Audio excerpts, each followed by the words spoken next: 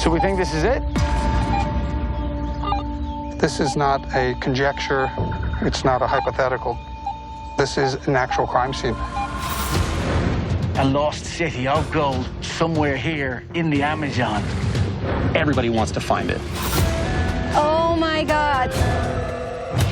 There was a big hole in the back of his head. This is as wild as it gets.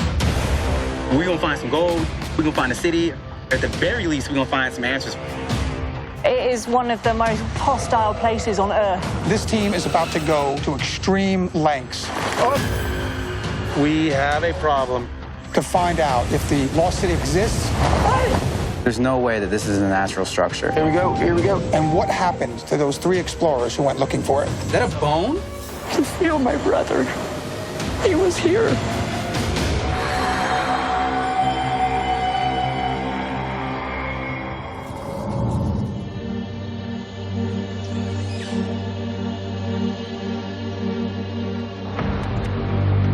So, what exactly are we doing here in the Amazon? Well, we've come to investigate a mystery that frankly reads like the plot of an Indiana Jones film. There are lost cities, vanishing explorers, deadly jungles, and bizarre conspiracies. For centuries, explorers have been searching South America for lost cities of gold. Tales of El Dorado and the City of Z have lured adventurers to their deaths. But in the 1970s, rumors filtered out of the Amazon about the existence of a lost city called Acacor, somewhere in the jungles of Peru. Acacor was said to have a mysterious sister city in northern Brazil called Acajim. Now, it wasn't long before people started to look for these lost cities deep in the Amazon jungle, but most never came back. American John Reed vanished in 1980. Swiss man Herbert von Acht disappeared in 1983. His bones, found months later, indicated he was murdered, but no suspect was ever arrested. Christine Heuser went missing in 1987, and in a strange twist, a German journalist who wrote the definitive book on Acacor was shot dead. His murder remains unsolved. So I have assembled a team. This man, Brennan, is amongst them, and our sole and only mission is to find out the real truth. What actually happened to those missing explorers. And is Acacor out here somewhere, just waiting to be found? Armed with the latest technology and new leads about the murdered and missing, the investigation will start in Peru, in the thick jungles east of the Andes. Then we plan to move the expedition to Brazil, where the explorers disappeared. My first concern is there are going to be dangers inherent in this mission. We already know that other people have gone missing and are presumed dead, so we're going to try to be as safe as we can, knowing that there are dangers that we're going to have to face head on. Each of the explorers were guided by strange clues in a book called The Chronicle of Acacor. Written by German journalist Karl Brugger, it was based on interviews with a mysterious, self-described Amazonian Indian, Tatunka Nara. This whole mystery revolves around Tatunka Nara, whether he's telling the truth about the city of Acacor, his tribe. It's all about this guy.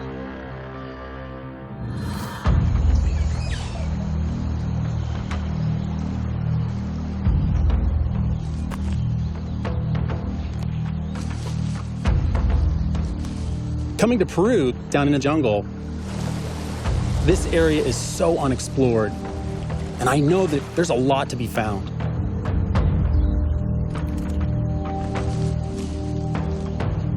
We've heard rumors that the Huachiperi tribe has these huge boulders that are covered in symbols. This could be the key to unlocking where Acacor is. Take off. All right, if I start looking north.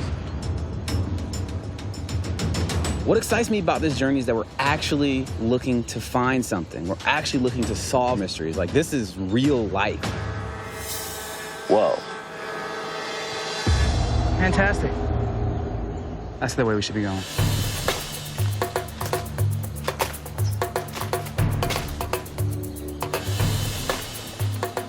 So this is our rock, guys. Holy crap. Oh, check that out. Oh, wow. Even bigger. Sí hay unos símbolos que están ahí. If you want to climb, he will show us all the symbols in the ground.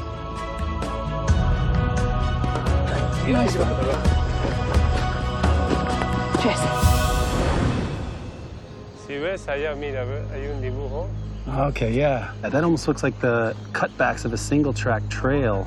Yeah, or meanders of a river, maybe. Yeah, it could be. They respect this rock very much. Hey, guys, there's some over here, too. There's more over there. There's a bunch right here. Oh, check that out. Oh, wow. There's another one over here. Holy crap. This could be a giant map. So have they had a chance to really look at these symbols to see if they understand any? Mira, la verdad no somos especialistas, ¿no? They have no idea, but many people have asked them about the lost city, but they don't know. Yeah. Do you believe it exists, Freddie? Do you believe Akakor or something like it might exist? Las etnias de la parte baja, sí. We know nothing about this, Okay. and he doesn't know if he believes or not. But would they tell you if they did now?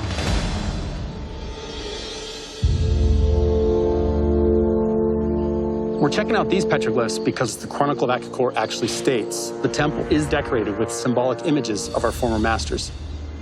The book has some examples of the symbols, so we're checking if any match up. Dr. Martin Pepper is the man that's leading that charge to find out if this lost city or cities actually exist. The entire Amazon basin is roughly the size of the continental U.S., so this is going to be like finding a needle in a haystack. Because we don't see any shapes of humans or animals, this must be some form of writing. As more of the Amazon is being explored, we're finding signs that there were not only civilizations, but huge civilizations that were connected to each other. So it makes sense that there are these lost cities in the jungle. The big question is, where are they? This triangle is basically the search area where we think Akakor might be. And that starts on the border of Brazil, basically fans out towards the base of the Andes. The Chronicle of Akakor states that our capital is in a high valley in the mountains on the frontier between the countries called Peru and Brazil. To the east, a gradually descending plain reaches as far as the Liana wilderness. That's the Amazon jungle. This rough location of Akakor was given to the German journalist Karl Brugger by the mysterious guide to Tucumcari in 1972. In September that year, Karl Brugger writes that he was led by Tucumcari into the Peruvian jungle on the first expedition to find Akakor. So Brugger basically hired Tucumcari to take him to the city. They never made it, but now we're going to follow these same clues to see what we can find.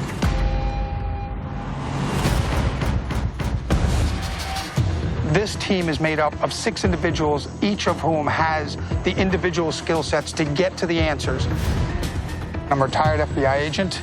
I specialized in investigations from mafia kingpins to drug cartels, murderers, and rapists. I've conducted investigations around the world in all kinds of environments.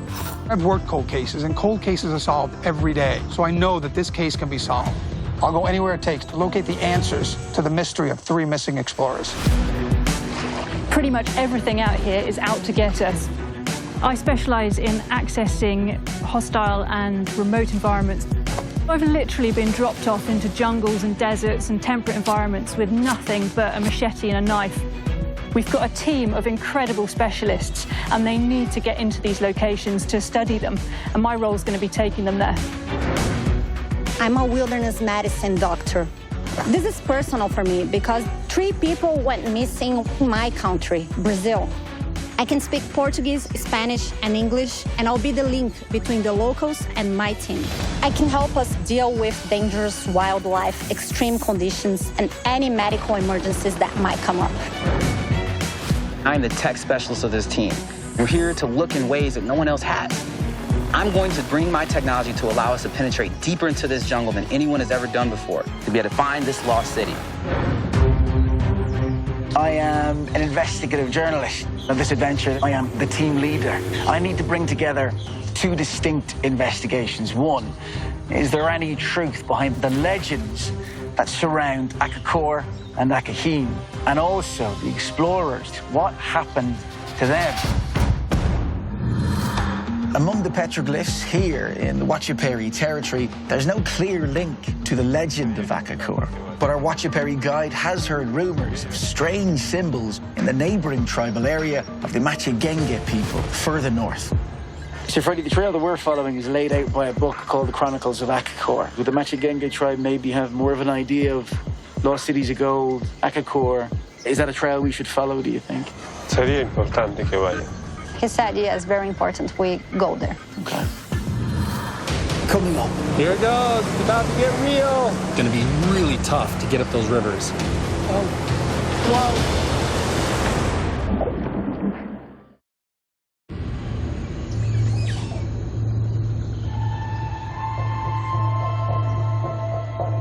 On the search for evidence of the lost city of Akakor, we've heard about a rock face in the Peruvian jungle that has elaborate symbols carved into it. If they match the symbols in the Chronicle of Akakor, we could be onto something, but getting there isn't going to be easy. Muz and I just talked with the boat driver, and really only 3 of us can go. Yeah. So why is that? Because limited gas to go up the rivers. Yeah. There's really only room for 3 of us with as low as the water's gotten, because it hasn't rained in 3 days. Yeah. And so there's a lot of places where we're going to have to actually move the boulders to get up the rapids. How much hard work is involved in this, do you think? Well, we have no idea till we get there. We don't know, like, if we're going to find the petroglyphs, but this is the goal, you know. Okay, okay. So Martin is taking Brennan and Karina up to the petroglyph site.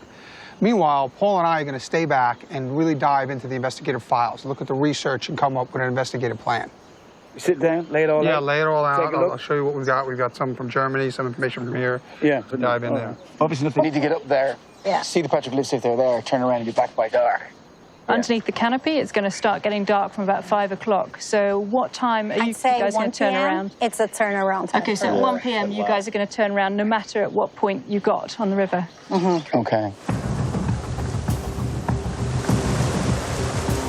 So what's the plan? We're going to go for a boat ride, but not really a ride. It's more like a boat drag because the river is so shallow. There's almost no water. We're at an interesting point in the rainy season here in Peru because we're at the end of the dry season, and so it's going to be really tough to get up those rivers. But the minute it starts raining, we could just literally be flushed out of there. The Machugangas have been known to be a warring tribe. In fact, they've killed trespassers that didn't have any permission to be in this place. In 1970, it's believed 3 foreign explorers died at the hands of Machiganga warriors. And with hostile, uncontacted tribes sometimes venturing into this region, we'll have to be careful. There we go.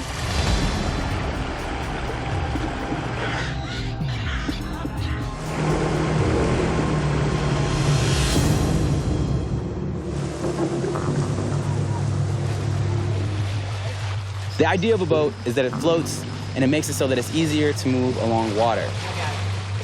That whole entire purpose is defeated when you have to get out of the boat constantly to push it and lift it up river over these rocks. This is ridiculous.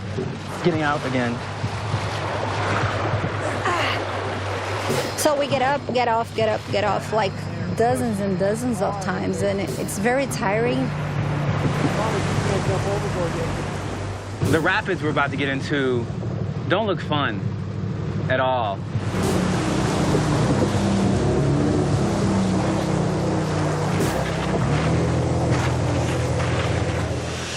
Here it goes. It's about to get real.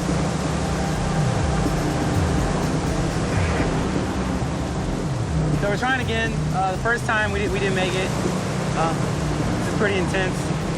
We went up the rapids and went back down backwards, and the guys' looks on their faces were like, oh, we're just not gonna make it. I'm gonna die here in this jungle, on this river. This is ridiculous. Oh, whoa. It's gonna get good. We're like not moving, and they're pushing as hard as they can.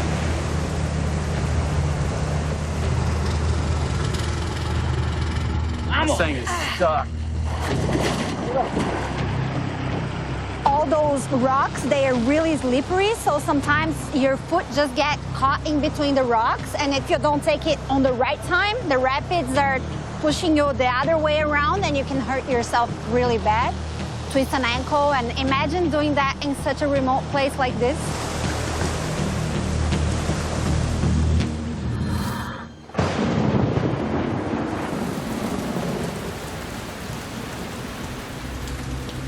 Some of this is going to really surprise us. Bobby and I have a huge investigation to try to get to grips with. We're starting with a research file Bobby received from a reporter in Germany who's been investigating what happened to the 3 explorers who went missing in Brazil. What bothers me most is that all 3 of those explorers were last seen with the same individual. He led them into the jungle, and he came out alone. That individual is the self-described Amazonian Indian Tatunka Nara. He denied involvement in the disappearances and is believed to be still alive today in Brazil. So, Carl Brugger meets Tatunka Nara in 1972. He hears this incredible story about Akakor, about the fact that Tatunka claims to have been a prince from this ancient tribe, a chieftain from this ancient tribe, and that he can lead him to Akakor, the city of gold. Brugger writes his book based on Tatunka's story, but we're finding out there's a cloud of intrigue surrounding Tatunka Nara's past. This stuff looks like a bunch of untranslated German documents. And you see the name here, Gunther Hauck. This is incredible. It's here, it's claiming that he's originally from Germany. That's mind-blowing. The report says Tatunka Nara may have begun his life as a German called Hansi Richard Gunther Hauck. There are holes in his story that we can either confirm or deny, hopefully, by talking to people that were still around back then. We'll go over to the number. Yep. One of the people we hope will be key to the investigation is Sandy Reed, the sister of the very first man to go missing, John Reed. She's spent her life compiling information on this case, on Akakor, on Tatunka Nara. So, you know, she's someone we really like to talk to. We just haven't been able to establish the level of trust that she's comfortable with. In the past, Sandy's been warned that investigating her brother's disappearance could put her life at risk. We're still working with her on trying to develop that level of trust, so hopefully she can provide us with some of the research and some of the documents that she's been able to come up with in her lifetime of looking into this case. The captain just said it's too dangerous for us to ride that rapids up, so we have to walk here. We're abandoning the boat because the water is so shallow, and we just can't take it anymore. It's too heavy. And it's taking all our time, so we have to leave the boat here, and we are gonna walk to get to the petroglyphs. We've traveled over 50 miles up and down low rivers, deep into the jungle, just to get to this Machaganga site. So, how far? Probably like a half hour, 30 minutes from the entrance of the trail. Really? A full half hour? Estoy bien.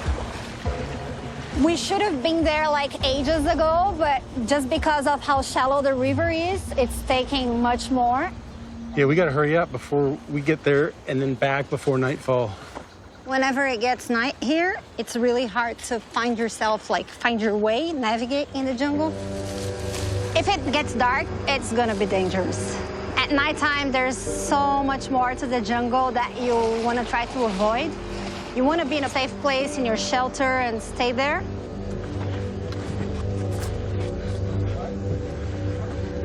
I don't know about you guys, but it feels like a straight-up sauna here.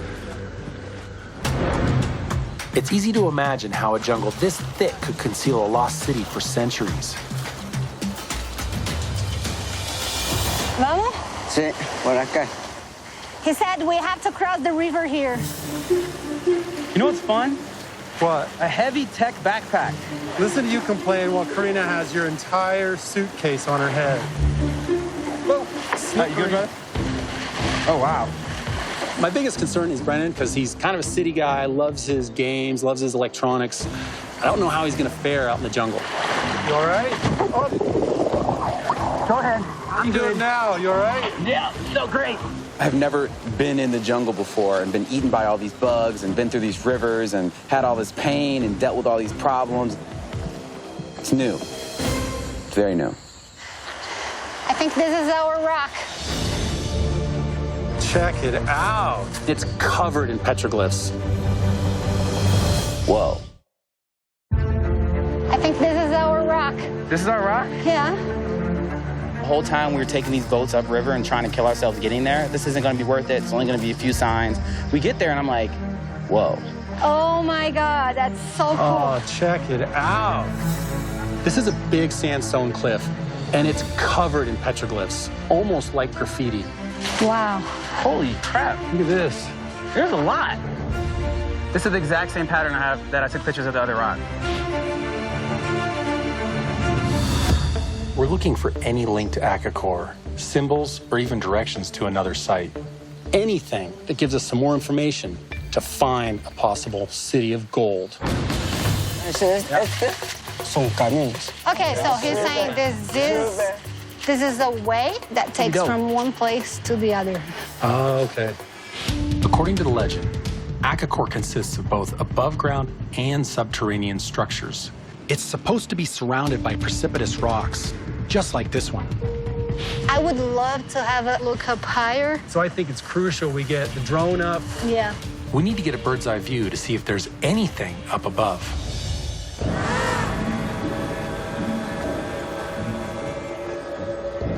This site has never been surveyed before with tech like this, so we're really anxious to see what we find. Yo, it is very challenging to fly a drone with a million bugs around you. How you gonna land on the inside of my... This is how we doing it? You're gonna land on the inside of my glasses.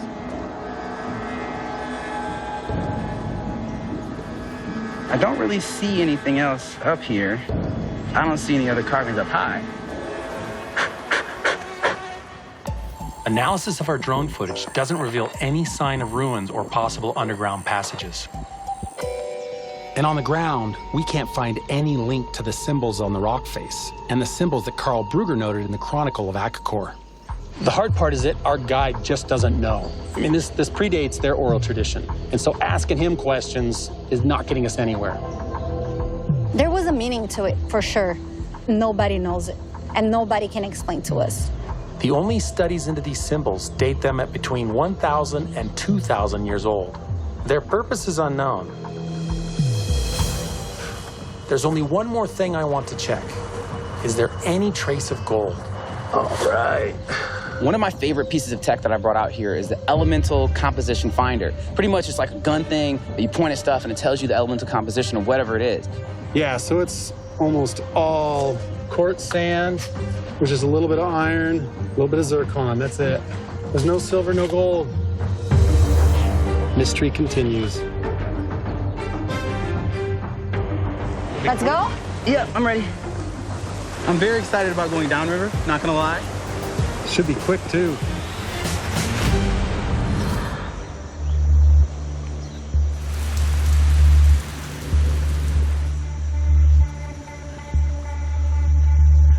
A lot of this case has so many tentacles that reach back to Germany. Yeah. We're about to talk to Julian.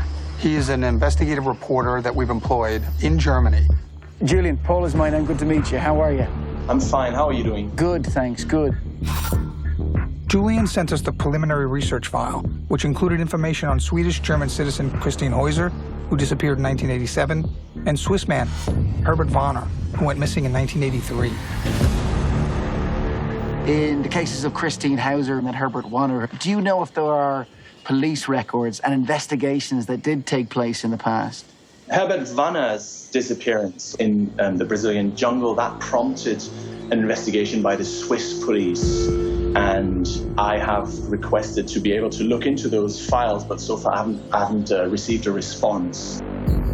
What makes 22-year-old Herbert Vonner's case different from the other explorers is that 7 months after his disappearance, his remains were actually found in a remote region of the Brazilian Amazon. Disturbingly, there was a bullet hole in the back of his skull. With regards to Christina Heuser, the case hasn't been closed. It's just resting at the moment. So it's still an open case then, is what you're telling us?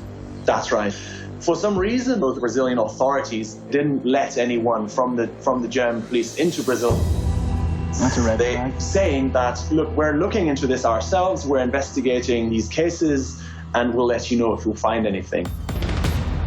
There are persistent rumors of a conspiracy within Brazil to hide what happened to these missing explorers. It's something we'll need to investigate on the ground. If there are any family members for Christine or Herbert, anything you can dig us up with relation to those people would be really, really helpful, yeah? Yeah. And what about the murder of Karl Brugger? What have we learned about that, if anything? After he'd written the book on ACACOR, he was, of course, the correspondent for Latin America for the German public broadcaster ARD. You know, the way I understand it, he decided to quit his job and basically find that lost city, Acahim, for himself. And then he was killed in Rio.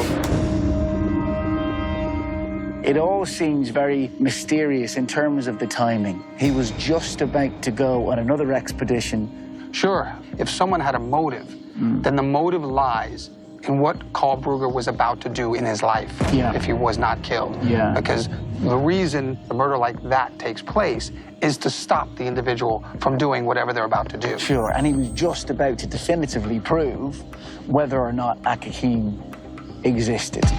So, Julian, could you find out for us if Karl Brugger was with anybody at the time he was shot? Because all I know right now is that he was shot on the streets of Rio. I lived in Rio. It's a very dangerous place. People are shot there every day. Sure. And about the man himself, I suppose, Tutankanara. Oddly, Julian's research indicated the self-proclaimed Amazonian Indian Tutankanara may also be originally German. What is your instinct so far on this? That Tutankanara is Viskunter Hauk?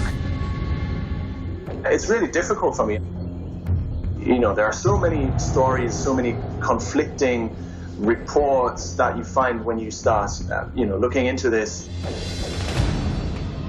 Anything you can dig up on him would be hugely appreciated because ultimately, he is the tip of the spear. Sure. My impression is that maybe not everything has been said about all of this, so I'd be interested to find out what really happened.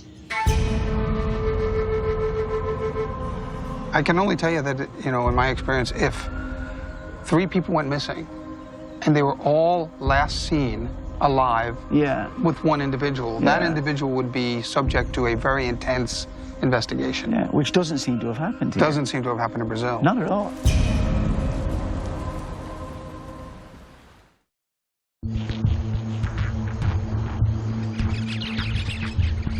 How did it go? Upriver? Lots of dragging, wasn't it? Mm-hmm. Really? The water was so low that some of those upper rapids, we literally had to clear all the rocks to get the boats out. No, the water was really shallow, so we had to drag a lot.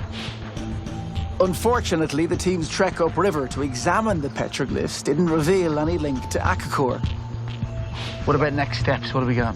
So I found our guy. But Karina has learned about another, even more remote site from a local guide called Oliver.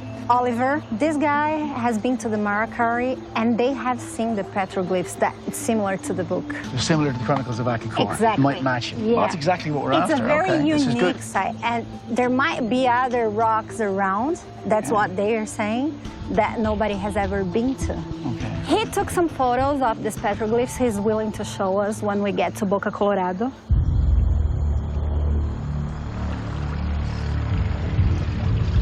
Hey guys, so we are heading to Boca Colorado, and we are going to meet Oliver over there. We're leaving the Machigenga territory and heading along the winding Madre de Dios to the mouth of the Rio Colorado. There we'll rendezvous with a local guide named Oliver who knows the location of a recently discovered stone rune. This area is rich in gold, and because the price of gold right now is sky high, there's tons of illegal gold mining. If they see any kind of cameras on us, they could either chase us away or even shoot at us. This whole area is dangerous and a hive for illegal activity. We'll collect Oliver and fast-track our way up the river. Oliver, ¿Cómo estás? Muy bien. Bien. Yeah, okay. We need to continue to Colorado River. You still said you have some photos. I have photo here. Cool. Yeah. That's exactly what we're looking for. The symbols show some similarities to the script. The legends say can be found at Akakor. Looks like the stuff that's on the book, right? Yeah. Better still, according to the local mythology, there are other undiscovered structures which could hold the next clue to Akakor. The ancestral people, they talk about the other side. Okay. But nobody go there. We need to discover. So nobody's gone there before. We have a chance of finding something that no one else has discovered. Maybe, why not? It is possible. All right. I like the sound of that. That's what we're here to do. As tantalizing as Oliver's ruin is, it's these potential other sites that have me more excited. He's given us the GPS coordinates for the location he's shown us in the photos. Now I want to try and remotely survey the terrain surrounding that site to see if there might be other likely areas for undiscovered structures. There's two ways to look for a lost city in a jungle. There's an inefficient, dumb way, and there's a smart way. To be able to use technology to be able to help us know where to look. So this is our portable internet device. This is pretty awesome because it allows us to connect with a global satellite network. Bam! Good to go. We've got a few clues about the kind of terrain Akakor was supposed to be built on.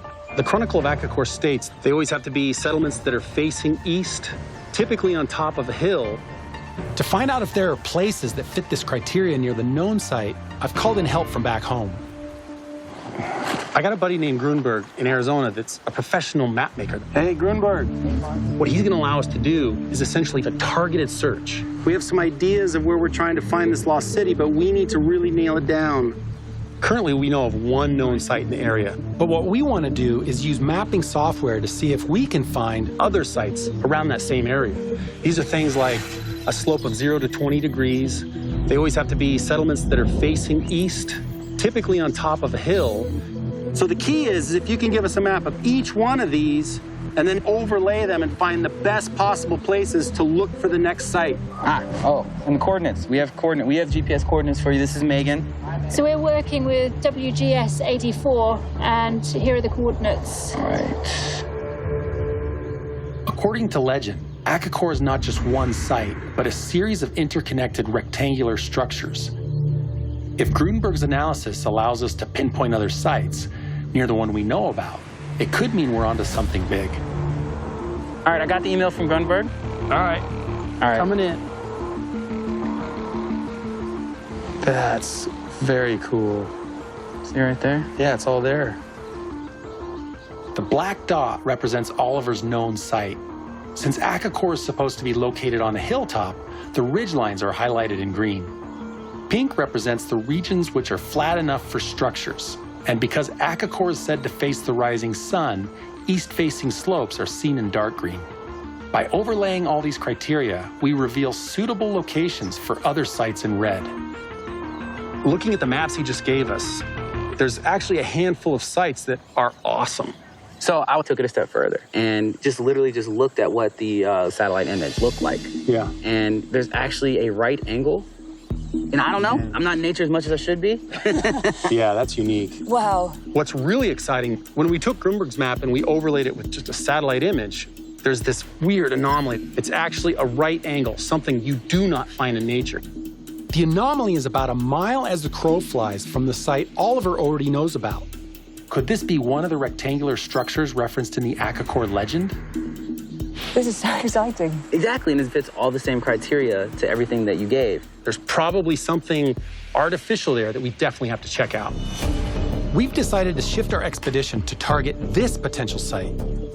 Getting there will mean a day's travel upstream to our first camp. Then we'll have to trek up a small river before cutting our own path through the jungle. This is Luis. Hi, Luis. Meg, hi. This is a really arduous and quite difficult trek. It sounds like a very good idea to strip the team down. I think the most efficient deployment of our resources and our assets would be to have Martin and Meg go. Makes sense. What about the drone? Not at all. Martin can do the drone. Yep. You're going to have to wear several hats each, but I think that that's the best deployment. Okay, all right. So that's the decision. We split up. Okay. All right. This is an area where we'll be the first ones and hopefully find something new. Look after yourself. Be safe. We have a really good shot here of finding something that no one has found before. We're heading into the territory of the Marikari clan, occupied by just one person for every 400 hectares. They've graciously allowed us access and will be working with us in searching this vast wilderness. We're going very remote. There's very little chance of us having a rescue should anything go wrong. Once we're out there, we're going to have to be self-sufficient.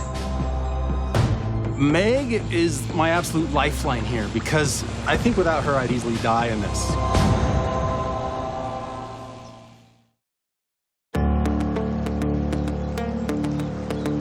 If we end up in a situation where we have to feed ourselves, being able to take stuff from the jungle and from the rivers, it might be key to our survival. Oh, wow. Are these for eating? ¿Es para comer? Sí. A crazy little creature. Can we try some? Sí. They grab them and they put them on the fire, and after about 30 seconds to a minute, they're edible. They're actually quite creamy inside. So imagine they're like packed full of protein. Out here in the jungle, you're really looking for any source of protein and nutrients that you can get. I like them.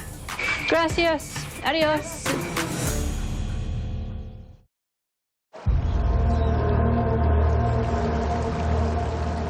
Whilst Megan and Martin head upstream, we're heading back to Wi-Fi range in the camp to dig deeper into the deaths and disappearances associated with Akakor.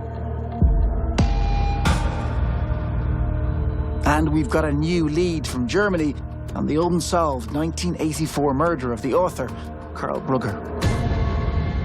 I understand you've uncovered some valuable information. That's right. I looked into Karl Brugger's background.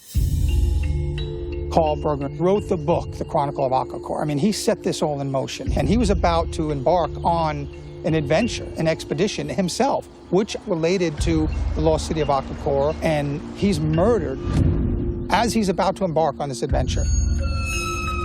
The person who was with him on the night that he died was Ulrich Enke. So I managed to get in touch with his widow. So she was Ulrich's wife, Ulrich being the man who was with Karl Brugger when he was shot. That's correct. That's great. So she's the closest thing we have as an eyewitness to the last night of Karl Brugger's life. I think so, yeah.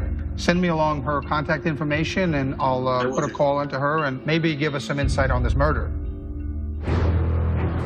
To investigate properly, Bobby and I have decided we need to go to the scene of the crime, Rio de Janeiro. Maybe Karl Brugger's murder was not random street violence, and so that's something we're going to be looking into. Bobby and I are going to head to Rio. Meanwhile, I want Karina and Brennan to check elements of the mysterious Tutunkanara's backstory. So they're going to the place he claims to have first emerged from the jungle as an Amazonian Indian. It is a place mentioned in the Chronicle of Akakor, all right? A place called Rio Branco. What I want you to do is go there and find out is Tutunka telling us the truth.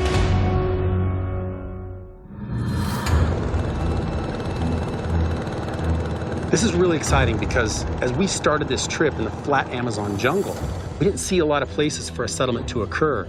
But now as we head towards the Andes, the valleys are really starting to jump up.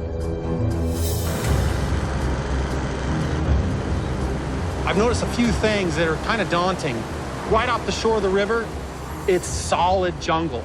And now I'm seeing why people can't get in here, because it is extremely hard not only to get up this river, but to get through that jungle to find new places and possibly new signs.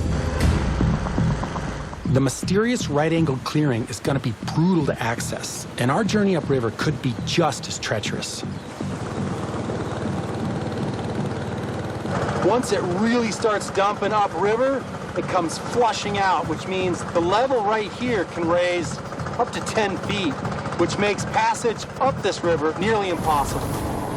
So from the GPS coordinates and the map, I believe that the anomaly is up in the saddle, up on that peak ahead.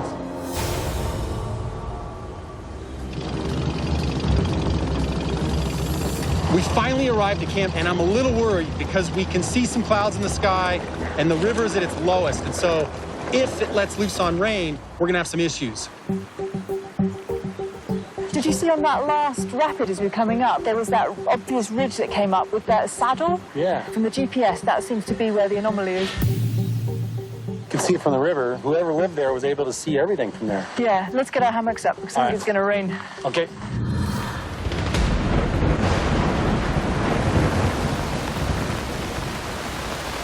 So I'm sitting in my hammock and the rain is pouring down. I mean, it is coming down.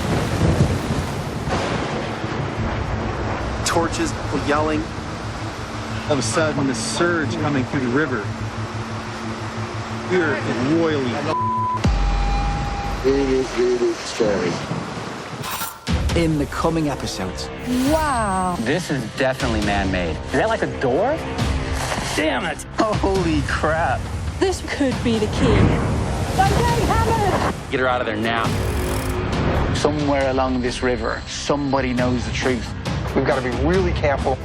It's too dangerous. Bobby! They know we're here. Here we go, here we go, here we go. Copy that. He's heading towards the port. But we don't know what can happen. Another hole. Another hole up here, we think. Maybe he is speaking the truth. He's a liar. I'm not really sure how you deal with a psychopath. Okay, where are you now, Paul? Go, go.